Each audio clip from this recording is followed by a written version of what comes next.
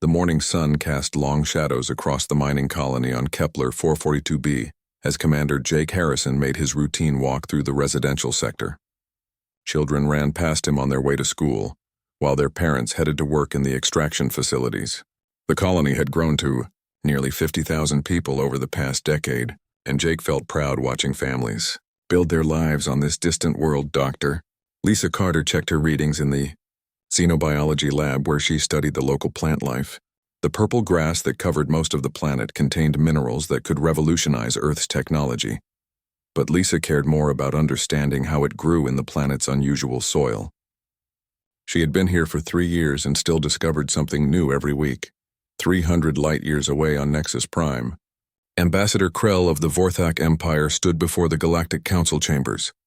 His scaled hands trembled slightly as he spoke to the assembled representatives of 47 different species. The topic was one that had not been discussed seriously for over 2 centuries. The first law was established for good reason, Krell said to the crowded chamber. When humans first joined our galactic community, they seemed peaceful enough, but those who witnessed their early conflicts know better. The survivors of the Rigel incident warned us never to provoke them directly. Admiral Zexthol of the Hegemony Coalition shifted in his seat. The young Morthek officer had risen quickly through the ranks and commanded respect among the newer species in the galaxy. He stood up slowly, his forearms spreading wide in a gesture of dismissal. With respect, Ambassador Krell, those warnings come from a different time, Zexthol said in his deep voice. The humans we see today are merchants and scientists, not warriors. They have occupied some of the richest worlds in our galaxy, while contributing little to our common defense. My coalition partners and I believe it is time for a more equal distribution of resources. Several younger species murmured agreement. The Zelthrians, who had only achieved space travel 50 years ago, nodded enthusiastically. They had never seen humans do anything more aggressive than negotiate trade agreements. Krell's old eyes darkened. You do not understand what you are suggesting. The humans maintain their peaceful behavior by choice, not from weakness. Their colony worlds are lightly defended because they trust in the first law to protect them. If you break that trust, you will discover why our ancestors were so afraid. Fear of myths and legends, Zexthol replied. The galaxy has changed in 3 centuries. Human military technology has not kept pace with modern developments. A quick demonstration of force will convince them to be more reasonable about territorial claims. The debate continued for hours, but Krell could see he was losing. Too many species had forgotten the old warnings or chosen to ignore them.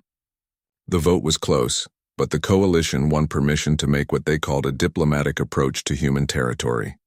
Back on Kepler 442b, Jake Harrison was reviewing security reports when his communication officer, Lieutenant Tony Miller, burst into the command center. Tony's face was pale and his hands shook as he handed Jake a data pad. Sir, we have 12 large ships approaching from the outer system, Tony said. They are not responding to our standard greeting protocols and their weapon systems appear to be active. Jake looked at the sensor readings and felt his stomach drop. The ships were massive, each one larger than anything in the human colonial fleet. Their design was unfamiliar, but the energy signatures were clearly military grade. Send a message to Earth immediately, Jake ordered. Use the emergency channel and tell them we have an unidentified fleet approaching with hostile intent. Dr. Carter was in her lab when the first plasma bolt struck the colony's outer shields. The protective barrier flared bright blue as it absorbed the energy, but she could see it was already weakening under the sustained bombardment. Emergency alarms began wailing throughout the facility. She ran to the communications center where Jake was trying to coordinate evacuation procedures. The colony's few defensive weapons were firing back at the attacking ships, but they were clearly outmatched. The shields flickered and sparked as more plasma beams hammered against them. How long can the shields hold? Jake asked the chief engineer. Maybe 20 minutes at this rate, came the grim reply. These weapons are designed for mining operations, not military defense. Jake activated the colony-wide emergency broadcast system. His voice echoed through every building as he spoke. This is Commander Harrison to all residents. Proceed immediately to designated emergency shelters. This is not a drill. Repeat, this is not a drill. Families grabbed what they could carry and ran for the underground bunkers that had been built beneath the colony. Children cried as their parents hurried them along corridors that suddenly seemed far too narrow and slow. Dr. Carter stayed in the communication center, helping to coordinate the evacuation. She watched the tactical display as the alien ships moved into closer positions around the planet. Their formation was perfect and their timing suggested this was not a spontaneous attack. "Sir," Lieutenant Miller called out, "I am getting a transmission from the lead enemy vessel." Admiral Zexthul's image appeared on the main screen. His alien features were calm and confident as he spoke. "Human colonists, you will evacuate this world within 1 standard hour. This system now belongs to the Hegemony Coalition, and your presence here violates our territorial rights." Jake stepped forward to respond. "This is a peaceful mining colony under the protection of Earth and the Galactic Accords. We have committed no hostile acts and request immediate withdrawal of your forces. Your people have had 3 centuries to learn their place in this galaxy," Zexthul replied. "That time is over. You have 1 hour." The transmission ended and Jake stared at the blank screen. In all his years of military service, he had never faced anything like this. The evacuation was proceeding, but there was no way to get 50,000 people off planet in 1 hour. "Send another message to Earth," he told Tony. "Tell them the Coalition has given us an ultimatum, and we cannot comply in time. Tell them—" He paused, thinking of his wife and daughter back on Earth. "Tell them they have forgotten who we are and it is time to remind them." The shields failed 18 minutes later. The first plasma beam that hit the main residential complex vaporized 3 city blocks in an instant. Jake watched the destruction from the emergency bunker and knew that everything had changed. The peaceful galaxy that humanity had helped build for 3 centuries was about to end. As the bombardment continued above them, Dr. Carter made the final transmission to Earth. Her voice was steady despite the chaos around her. "This is Dr. Lisa Carter, Kepler Colony. The attack is proceeding as predicted. The old warnings were true. Recommend immediate activation of all contingency protocols. They have made their choice." The transmission ended just as the bunker's ceiling began to collapse. President Helen Foster was asleep in the White House when the red phone beside her bed began ringing. At 3:47 in the morning. She had been dreaming of her granddaughter's birthday party, but the urgent tone brought her instantly awake. The caller was Admiral Greg Martinez, head of Terran Defense Command. "Madam President, we have received emergency transmissions from Kepler Colony," Greg said without preamble. "The colony is under attack by Coalition forces. Initial reports suggest complete destruction of civilian targets." Helen sat up in bed, her mind immediately sharp despite the early hour. "How many casualties?" "Unknown at this time, but we estimate 50,000 civilians were on planet." The final transmission came from Dr. Carter in the emergency bunker before communication was lost. "Activate Protocol 7, Helen said. She had hoped never to speak those words. "I want the full cabinet briefed within the hour, and all fleet commanders on standby for immediate deployment." Across the solar system at Luna Base, Captain Amy Rodriguez was reviewing training schedules when the emergency alert came through. Her ship, the TDF Retribution, was one of 12 vessels in the Rapid Response Fleet, but she had never expected to use it for actual combat. The crew had drilled endlessly for this moment, but somehow it still felt unreal. "All hands to battle stations," she announced over the ship's communication system. "This is not a drill. We have authorization for immediate departure to the Kepler system." Her executive officer, Commander Paul Davis, appeared on the bridge within minutes. "Captain Engineering reports all systems ready. Weapons are charged and navigation has plotted our course." Amy looked out at the other ships in their formation. The captains were all veterans, but none had fought a real war. Human military doctrine for the past century had focused on peacekeeping and exploration, not major fleet actions. They were about to discover if their training was sufficient. On Earth, Dr. Kevin Park received a call at his home near the Terra Nova Research Institute. The voice on the other end spoke a code phrase that he had memorized 20 years ago, but never expected to hear. Project Lazarus was being activated, and he had 6 hours to prepare technologies that had been locked away since their development. Kevin drove through empty streets to the research facility where other scientists were already arriving. The underground laboratories had been sealed for decades, but the automated systems had maintained everything in perfect condition. Weapons that made current military technology look primitive, waited in climate-controlled storage. "How long since anyone has tested these systems?" asked Dr. Sarah Hayes, the project's xenopsychology specialist. "Full testing was completed 15 years ago," Kevin replied. "Everything should be operational, but we have—" never deployed any of this technology in actual combat conditions. The first technology they activated was a cloaking system that could hide entire fleets from conventional sensors. The second was a weapon system that could crack a planet's crust from orbit. These were tools built by humans who remembered what real war looked like. At Camp Pendleton, Lieutenant Colonel Steve Clark was conducting night training exercises with the 3rd Marine Expeditionary Unit when his communication officer brought him urgent orders. His unit was being deployed immediately to join the fleet heading for Kepler system. "Sir, the orders indicate this is a full combat deployment," said Major Lisa Morgan, his second in command. "Intelligence suggests we may be facing multiple enemy fleets." Steve looked at his Marines as they gathered their equipment. Most were young and had never seen real fighting, but their training was solid. Human Marines had a reputation throughout the galaxy for being tough, but they had not tested that reputation in a major war for 50 years. "Listen up," he told his assembled troops. 3 hours ago, civilians on Kepler Colony were murdered by Coalition forces. We are going to make sure that never happens again. Load everything. We do not know when we will be coming home. President Foster stood in the Situation Room surrounded by her top advisors. The wall screens showed star charts with ship positions and communication logs from across human space. Every military unit was mobilizing simultaneously in a coordination that impressed even the experienced officers present. "Admiral Martinez, what is our current strength?" she asked. "We have 47 ships capable of immediate deployment," Greg replied.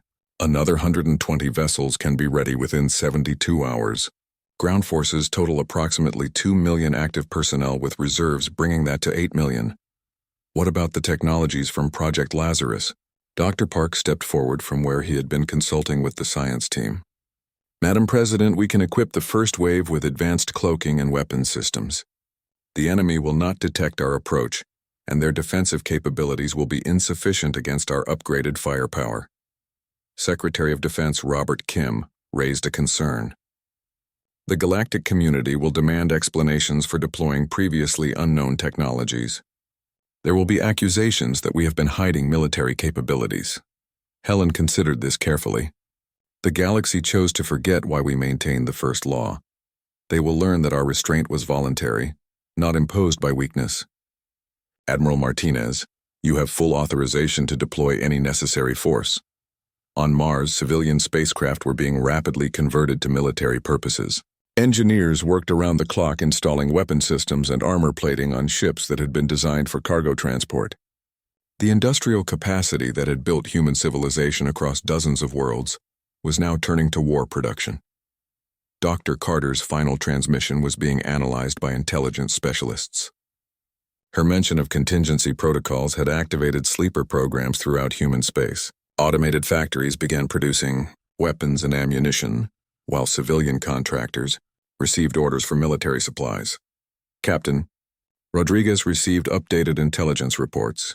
As her fleet approached the jump point to Kepler system, long-range sensors showed that Coalition forces had established a defensive perimeter around the planet, but they appeared confident that no human response would come. "They have made a serious error in judgment," she told her senior officers. "Intelligence suggests they believe our military capabilities are limited to what they have observed during peacekeeping operations." Commander Davis pulled up tactical displays showing Coalition ship designs. Their vessels are larger than ours, but appear to rely on conventional energy shields and plasma weapons. Our upgraded systems should provide a significant advantage. The fleet jumped to hyperspace in perfect formation. Behind them, additional human forces were mobilizing on a scale not seen since the colony wars a century ago. Research stations were evacuating non-essential personnel, while military installations that had been disguised as civilian facilities began revealing their true nature. President Foster addressed the nation from the Oval Office as news of the attack spread. Her words were calm, but her message was clear. An unprovoked attack on our citizens will not go unanswered. The perpetrators will face justice, and the galaxy will remember why the first law existed. Across human space, reserve officers reported for duty while civilian populations prepared for the possibility of wider conflict. The peaceful expansion that had characterized human civilization for 3 centuries was ending. Something older and more dangerous was awakening. Dr. Park made final adjustments to the weapon systems being loaded onto the fleet. The technology was based on principles that most galactic species had never encountered. When deployed, it would demonstrate capabilities that would reshape the balance of power throughout known space. Admiral Martinez watched the deployment status reports from his command center. Every aspect of the operation was proceeding on schedule, but he knew that once the fleet engaged coalition forces, there would be no going back. The galaxy was about to rediscover what humans were capable of when their patience finally ended. Admiral Zexthul stood on the bridge of his flagship, celebrating with his officers as they watched the last of the human colony burn. The attack had proceeded exactly as planned, and now 12 coalition worlds would benefit from the mineral resources of Kepler 442b. He raised a glass of Morthek wine and toasted their easy victory. The humans proved even weaker than we expected, he announced to his crew. Their defenses lasted less than an hour, and they sent no reinforcements. The galaxy will see that the old warnings were nothing but propaganda designed to keep us from claiming what should be ours. His communications officer, a young Zelthrian named Krex, nodded enthusiastically. Admiral, our long-range sensors show no human military activity in neighboring systems. It appears they have chosen not to respond to our actions. Zexthul smiled, showing rows of sharp teeth. Begin preparing for Phase 2 of our operation. The mining colony at Proxima Centauri will be our next target. If the humans will not defend one colony, they certainly will not risk war over a second. The celebration continued for 2 days. Coalition engineers began surveying the destroyed human settlement to determine the best locations for their own mining operations. The planet's valuable minerals would fund their expansion into other human territories. On the morning of the third day, the party ended abruptly. Commander Rick Thompson piloted the reconnaissance ship Shadowhawk as it emerged from hyperspace at the edge of the Kepler system. His vessel was unlike anything the Coalition had ever encountered, built using technology that had been locked away for decades. The ship's hull seemed to bend light around it, making it nearly invisible to conventional sensors. Rick had volunteered for this mission knowing it would likely be one way. His orders were simple: deliver a message to the Coalition fleet and gather intelligence on their capabilities. The advanced scanning equipment aboard his ship could analyze enemy technology in ways that would surprise any observers. Shadowhawk to Coalition flagship, he transmitted on open frequencies. This is Commander Rick Thompson of the Terran Defense Force. You have 72 hours to surrender yourselves to human authorities for trial regarding war crimes committed against civilian populations. This is your only warning. The transmission reached Admiral Zexthul just as he was reviewing plans for attacking the next human colony. The bridge fell silent as the crew processed what they had just heard. A single human ship was demanding the surrender of their entire fleet. Sensors report, Zexthul ordered. The sensor operator checked his instruments twice before responding. Admiral, I detect one small vessel approximately 50,000 kilometers from our position. It appears to be alone and is significantly smaller than our smallest escort ship. Zexthul laughed, a sound like grinding metal. One ship demands the surrender of 12 dreadnoughts. The humans have clearly lost their minds along with their colony. He opened a channel to respond. Human vessel, you will surrender immediately or be destroyed. Your people had their chance to evacuate peacefully and chose to resist. The consequences are your own responsibility. Rick's reply was calm. Admiral, you have 71 hours and 59 minutes remaining. I recommend you use that time to consider your position carefully. Destroy that ship. Zexthul ordered his weapons officer. Show these humans what happens when they threaten the hegemony coalition. 8 coalition vessels turned toward the Shadowhawk and opened fire with their most powerful weapons. Plasma beams and fusion torpedoes streaked across space toward the small human ship. The crew of the flagship watched their displays, expecting to see the target vaporized instantly. Instead, the weapons passed harmlessly through empty space. The human ship had simply vanished. Where did it go? Zexthul demanded. Unknown, Admiral. The vessel disappeared from all sensors the moment we fired. No debris detected, no energy signatures. It is as if the ship was never there. Rick Thompson smiled as his cloaking system performed perfectly. The coalition weapons had been targeting his previous position, while he moved freely among their fleet. His advanced sensors recording every detail of their technology and tactical positioning. Shadowhawk to Earth Command, He transmitted on a secure channel. Enemy capabilities assessed. They are using standard plasma weapons and energy shields approximately 50 years behind our current technology. Positioning data is being transmitted now. The response came immediately. Understood, Shadowhawk. Fleet deployment commencing. Maintain observation and prepare for Phase 2. Rick positioned his ship where it could observe the entire Coalition fleet. The next few hours would demonstrate to the galaxy exactly what humans had been hiding during 3 centuries of peaceful expansion. Admiral Zexthal ordered his fleet to spread out and search for the human ship. It must be using some form of advanced cloaking technology, he told his officers. Our sensors should be able to detect energy emissions even if we cannot see the vessel directly. For 6 hours, 12 massive Coalition warships searched unsuccessfully for one small human reconnaissance vessel. Their weapons officers fired randomly into empty space, hoping to hit something they could not see. The exercise was becoming embarrassing. Admiral, his communications officer reported, I am receiving a transmission from the human ship. Put it through. Rick's voice filled the bridge. Admiral Zexthal, you now have 66 hours remaining. I should mention that your weapons fire has been quite impressive. Unfortunately, you have been shooting at sensor ghosts in empty space while I have been analyzing your fleet's defensive capabilities. Impossible, Zexthal snarled. Our sensors are the most advanced in the galaxy. Your sensors are adequate for conventional warfare, Rick replied. However, you are no longer facing conventional opponents. I am transmitting a data packet that should prove educational. The packet contained detailed analysis of every Coalition ship in the fleet, including structural weaknesses, weapon specifications, and shield frequencies. The level of detail was impossible to achieve without spending hours in close proximity to each vessel. Admiral Zexthal stared at the data in growing alarm. If the humans could gather this much intelligence without being detected, what else were they capable of doing? His question was answered 30 minutes later when space around the Coalition fleet began filling with human warships. Captain Amy Rodriguez commanded. The lead ship is 37 vessels, materialized from hyperspace in perfect formation around the Coalition fleet.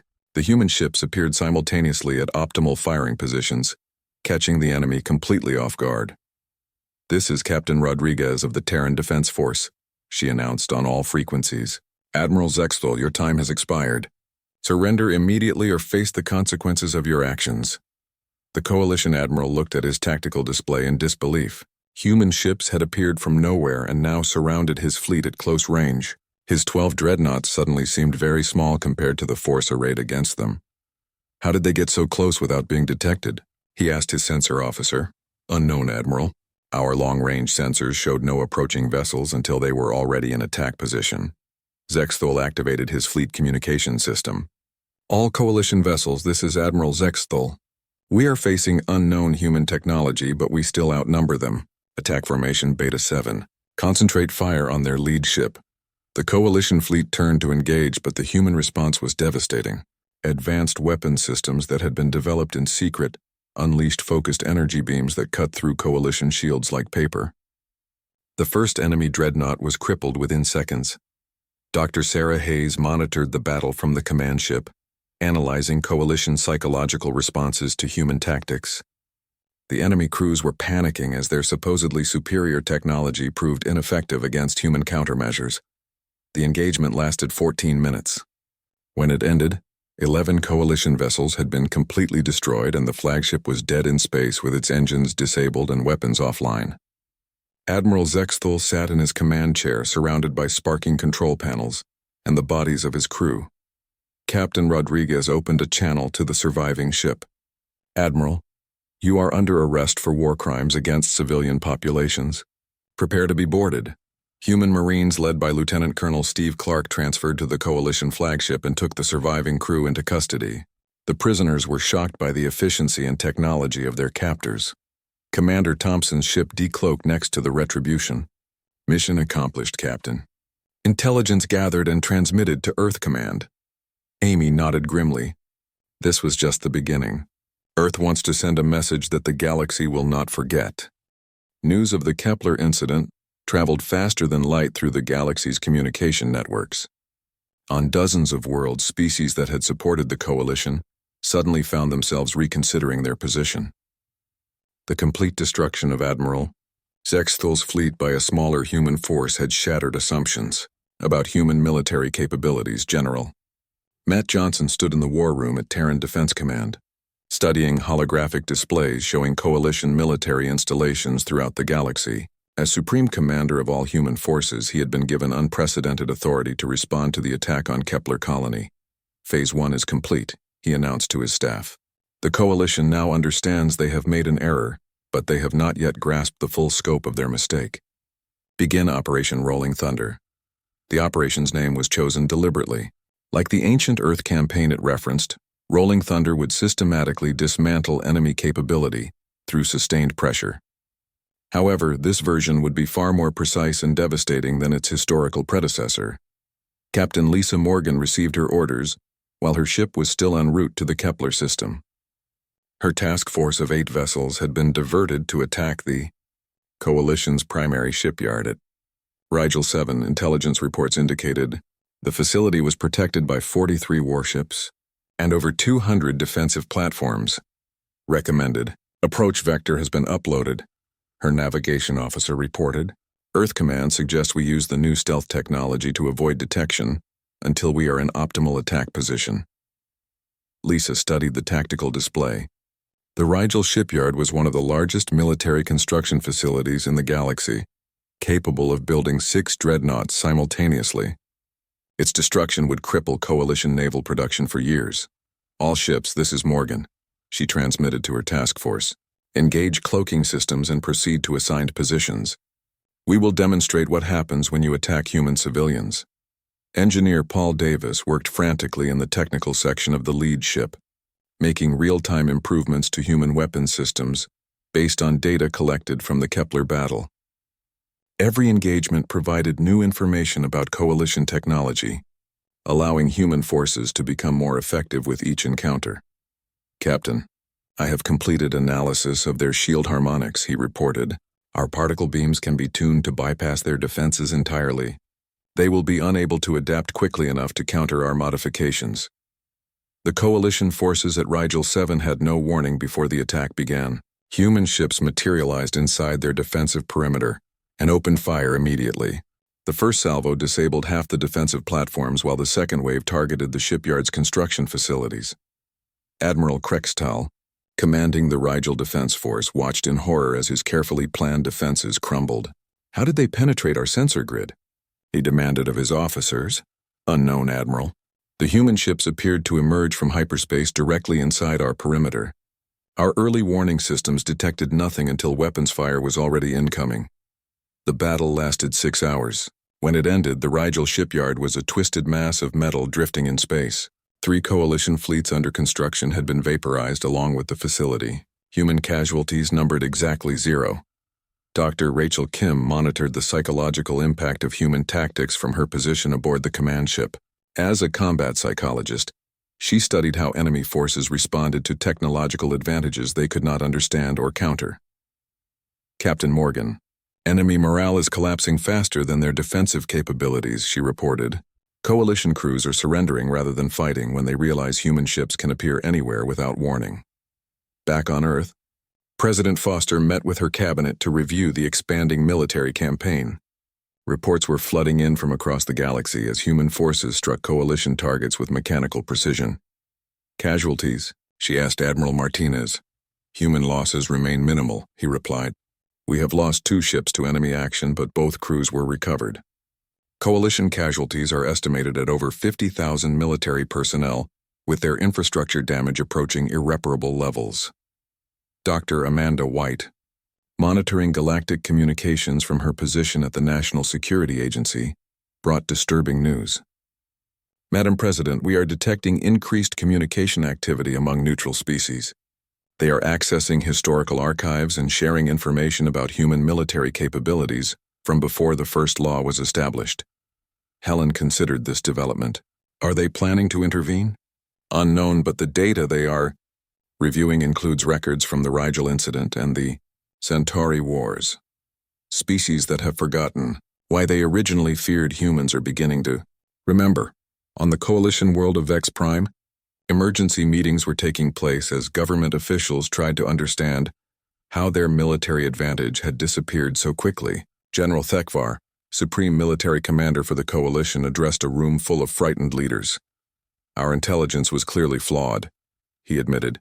Human military technology is decades ahead of what our analysts predicted.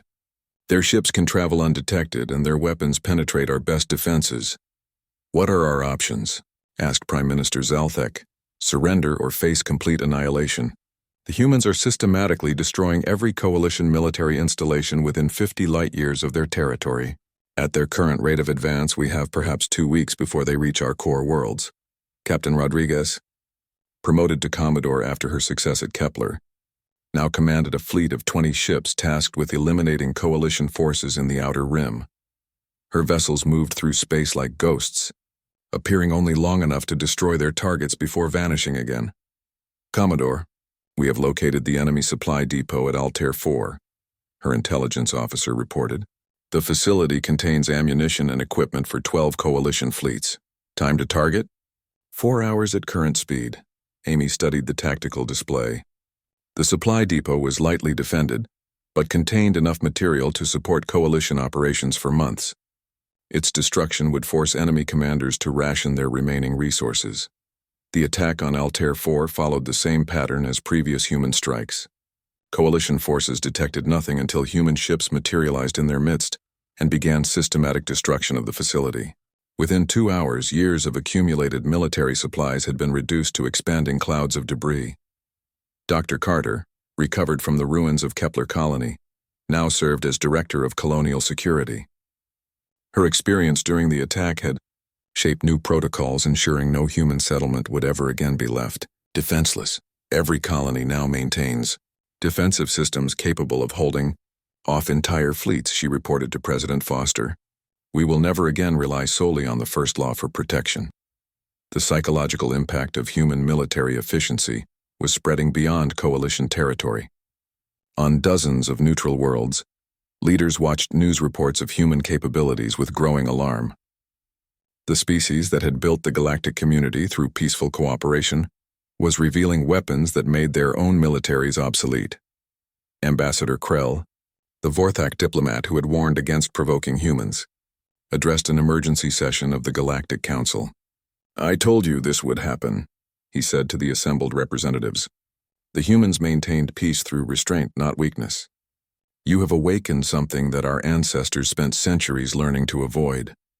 The Coalition's last major fleet attempted to make a stand at Beta Centauri, hoping that concentrated firepower might overcome human technological advantages. Admiral Veltok commanded 96 warships in what he knew would be the Coalition's final battle. All vessels, this is Admiral Veltok, he transmitted to his fleet. We fight not just for the Coalition, but for the right of all species to determine their own destiny. The humans seek to impose their will on the entire galaxy. The Human Response Force arrived 12 hours later. General Johnson himself commanded the fleet that would end Coalition resistance. 50 human vessels dropped out of hyperspace in perfect battle formation. Admiral Veltok, this is General Johnson, came the transmission. You are offered one opportunity to surrender. Your forces will be treated according to galactic law if you comply immediately. We will not submit to human tyranny, Veltok replied. The battle lasted 37 minutes. When it ended, the Coalition fleet had ceased to exist and Admiral Veltok was among the prisoners being transferred to human custody. The galaxy's newest military power had demonstrated that resistance was futile. President Foster addressed the galactic community from the White House. The Coalition chose to murder innocent civilians. They discovered that such actions have consequences. Any other species considering similar aggression should study these events carefully. The message was clear. The galaxy's balance of power had shifted permanently.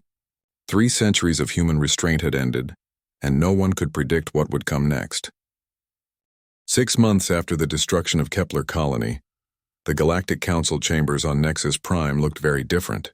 Human representatives now sat at the head table for the first time in over 3 centuries, and their presence dominated the room in ways that made other species uncomfortable. Ambassador Krell watched nervously as Fleet Admiral Martinez entered the chamber, accompanied by an escort of human marines. The old Vorthak diplomat had warned against provoking humanity, but even he had not anticipated the scale of their response to Coalition aggression. representatives of the galactic community. Admiral Martinez began, his voice carrying clearly through the chamber's acoustics. The recent conflict has demonstrated the need for significant changes in how we maintain peace and order throughout known space. President Foster had chosen Martinez carefully for this role. His military background gave weight to human demands, while his diplomatic training ensured the message would be delivered clearly. There would be no misunderstandings about humanity's new position. The Hegemony Coalition chose to ignore the first law and attack human civilians, Martinez continued. Their defeat was inevitable, but the ease of their destruction should concern all of you. If one alliance could forget 3 centuries of warnings, others might make similar mistakes. Murmurs rippled through the assembled delegates. Species that had never paid much attention to human affairs were suddenly very interested in human capabilities. The complete annihilation of coalition forces had been broadcast throughout the galaxy as a warning. Therefore, Martinez announced, humanity will assume direct responsibility for maintaining galactic peace. The old system of voluntary compliance with community standards has proven inadequate. The Zelthrian representative, Ambassador Texal, raised one of his 4 arms in protest. With respect, Admiral Martinez, no single species has the right to impose its will on the entire galactic community. Such action violates the fundamental principles of our alliance. Martinez smiled, but there was no warmth in the expression. Ambassador, your people were among those who supported the coalition's attack on our civilians. Your principles seem to be quite flexible when it serves your interests. Texel's skin color shifted to pale yellow, a sign of fear among his species. We merely voted to allow diplomatic contact between the coalition and human territories. We did not authorize military action. Your diplomatic contact resulted in 50,000 murdered civilians, Martinez replied coldly. Clearly, the distinction between diplomacy and warfare has become unclear to many species. We will eliminate that confusion. Commodore Rodriguez entered the chamber as Martinez spoke, taking her position at the human delegation table. Her promotion following the Kepler incident had made her one of the most recognizable military officers in the galaxy, and her presence reinforced the Admiral's words. The Galactic Patrol will be expanded under human command, Martinez continued. Our ships will maintain permanent stations along all major trade routes, and will have authority to intervene anywhere in known space where conflicts threaten civilian populations. The Morthek ambassador, Kexthul, stood up abruptly. This is unacceptable. You propose to station human warships throughout our territories without our consent. Such action constitutes military occupation. Ambassador Kexthul, Rodriguez spoke for the first time, her voice calm but carrying implicit threat. Your species provided the commanding admiral for the coalition fleet that attacked our colony. Admiral Zexthul is currently serving a life sentence on Luna for war crimes. Perhaps you should consider your position more carefully. Kexthul sat down without another word. The fate of coalition leadership had been widely publicized as an example of human justice. The trials had been broadcast throughout the galaxy, making clear the consequences of violating human territory. Dr. Carter, now Director of Colonial Security, stood to address the assembly. Her survival of the Kepler attack gave her words special weight among the delegates. I watched 50,000 innocent people die because this council failed to maintain the peace it was created to protect. Her voice remained steady, despite the emotional content of her words. My husband and 3-year-old daughter were among those murdered. They died because species in this chamber decided that human warnings about consequences were merely propaganda. The chamber fell completely silent. Carter's personal loss made the human position impossible to argue against on moral grounds.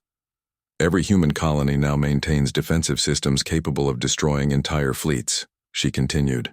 We will never again rely on galactic law or community standards for protection. Our citizens will be safe whether you cooperate or not. Admiral Martinez resumed control of the presentation. The new Galactic Compact will be distributed to all member species for immediate ratification.